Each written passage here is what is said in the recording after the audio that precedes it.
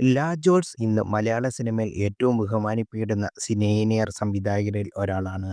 ഏറ്റവും കൂടുതൽ പുതുമുഖ നായകന്മാരെ നമ്മുടെ ഇൻഡസ്ട്രിക്ക് സംഭാവന ചെയ്തതും ഒരുപക്ഷേ അദ്ദേഹമായിരിക്കും. വളരെ കാലം പ്രശസ്ത സംവിധായകൻ കമലിന്റെ അസിസ്റ്റന്റ് ആയിരുന്നു ലാൽ ജോസ്. 1992 ഒരു മടവത്തൊക്കാനം എന്ന ചിത്രത്തിലൂടെയാണ് സ്വതന്ത്ര സംവിധായകനാകുന്നത്.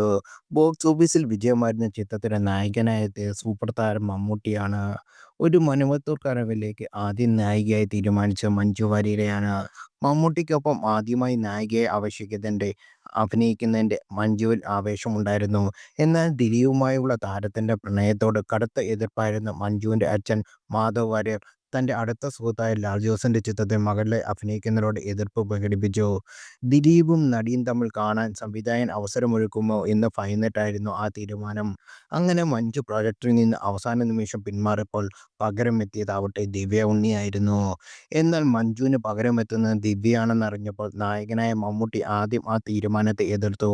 അതിന് കാരണം അദ്ദേഹത്തിന്റെ മകൾ സുറുമിയുടെ കൂടെ പഠിച്ച കുട്ടിയാണ് ദിവ്യ എന്നതായിരുന്നു. മകളുടെ സഹപാഠിയെ പ്രണയിച്ച് അഭിനയിക്കുന്നതിൽ എതിർപ്പ് കാണിച്ച മമ്മൂട്ടി അവസാനം താൻ ആ തീരുമാനവുമായി മുന്നോട്ട് പോയപ്പോൾ പിണങ്ങുകയായിരുന്നു എന്നാണ്. വർഷങ്ങൾക്ക് ശേഷം മലയാള ടെലിവിഷൻ ചാനൽ സഫാരി ടിവിക്ക് നൽകിയ അഭിമുഖത്തിലാണ് ലാൽ ജോസ് ഇത് വെളിപ്പെടുത്തിയതും. ദിവ്യ ഉണ്ണി നായികയായി തീരുമാനിച്ചതിൽ മമ്മൂക്കയ്ക്ക് ചെറിയൊരു പിണക്കമുണ്ടായിരുന്നു. ആ പിണക്കം മറ്റൊന്നുമല്ല, ദിവ്യ അദ്ദേഹത്തിന്റെ മകൾ സുറുമിയുടെ ഒപ്പം കോളേജിൽ പഠിച്ചതാണ്. അപ്പോൾ അത്രയും ചെറിയൊരു കുട്ടി എൻ്റെ നായികയായിട്ട് വരുമ്പോൾ ആളുകൾ അംഗീകരിക്കില്ല എന്നായിരുന്നു അദ്ദേഹത്തിന്റെ വിശദീകരണം. പകരം തമിഴിലോ മറ്റേതെങ്കിലും ഒരു നടിയെ ആലോചിക്കാൻ അദ്ദേഹം പറഞ്ഞു. അന്നത്തെ നായിക റോജയെ അദ്ദേഹം നിർദ്ദേശിച്ചു. പക്ഷേ ഞങ്ങൾ അഡ്വാൻസ് കൊടുത്തു കഴിഞ്ഞിരുന്നു ദിവ്യയ്ക്ക്, ലാൽ ജോസ് ഓർത്തെടുത്തു.